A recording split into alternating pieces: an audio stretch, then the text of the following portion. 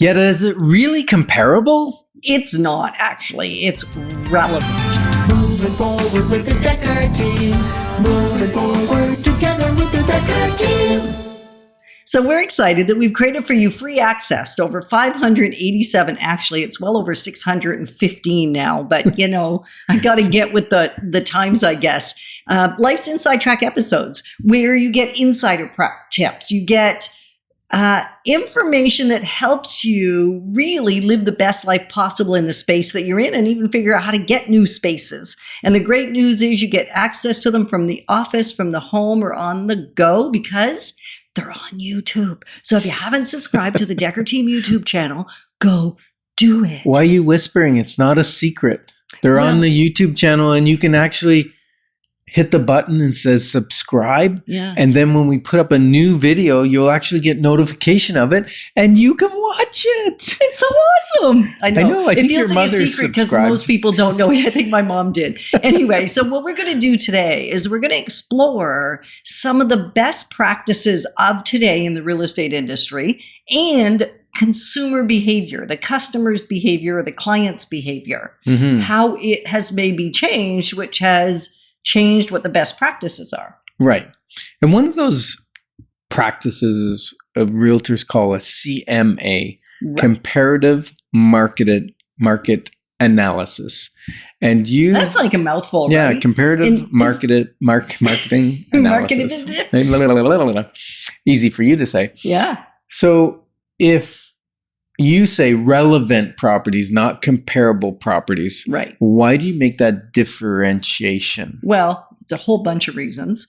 But one, when you look at comparative market analysis, the truth is no seller on this planet that I've ever met thinks their home is comparable to somebody else's home. Even if it's a townhouse, but we got that backsplash and they didn't. Exactly. Or we have look at the color hardwood floor. Yeah, the colors they picked. Right. Who would have picked those? That's no good. So even in something where we might call them cookie cutter, that's an industry term. Usually I don't say that out loud, but that's the reality. Something that's very similar, tract housing, where a builder goes in, builds 5 different models or 7 different models in a development. And so there is some very comparable behaviors between the houses, meaning they're the same square footage, they have a similar layout, they have similar fit and finish, minus a few upgrades. Even in that scenario, or even a lot of upgrades, even in that scenario, no seller thinks their home is comparable. I've met very few. They always think it's better. Right. That's natural. Exactly. So that's the first reason I discarded that word a long, long time ago. It's still used in the industry, and I think it's a cliche and not very helpful to the consumer or to the client. Okay. The second reason is most of the time we need to search the relevant data. Because how long does something, even if it was almost the same house, how long does it stay comparable? Because our time now, if it wasn't sold today, it's now old data. And that's the way an appraiser typically does. They do a few methods, but their most common method is the comparison method. Yes. Where they'll put down certain houses and then they'll add for time or delete for time, depending on which way the market's gone. They will add or delete for square footage. They'll add or delete for options or whatever is in the property, and they come out to an evaluation that they use the comparison method. We use that, but then we use several other things. Right. And the relevancy is looking at things like what has been on the market that did not sell. So the expired, the canceled listings. Yeah. Because what do they tell us? Suspended, canceled, expired. What do they tell us? They tell us that the home that was on the market at that price was not received by the buyers in the market. At that time. And so the closer that is in timeline, the more relevant that data is. So because they didn't sell, we can't find a comparison price, but we use it as relevant data to help guide us. Right. And guide our client. Right. What else can we use? We can use the active properties. And again, that's not comparable because there is no sold price on it. What we know is what they're asking, but we don't know what it will actually sell for. Maybe it'll sell for more. Maybe it'll sell for less. Maybe it'll sell for the same, or maybe it won't sell at all. Or maybe there'll be another price adjustment up or down before it sells. The best one I love is when there is no active properties that compete at all, because then the buyer doesn't have a choice. If they want to live in that neighborhood, that's the house they get to buy. And I love the way that works, because then it's substitution, right? The buyer on the other side says, oh, there's 3 houses. Which one's better value for me? Which one do I like better? And they pick one. Right. But if there's nothing else, sometimes you can get a little more money for your property because there is no competition. Absolutely. So that's relevant too, right? That's another piece of relevant, which is what Ken was, I think, wanting to say, is that when there is nothing else on the market in that area, because we don't know for sure how broad a swath of geographic area or price range a particular buyer might be looking at. Right? But if there's nothing in that area, it certainly changes the marketing pricing strategy a lot. What else is relevant?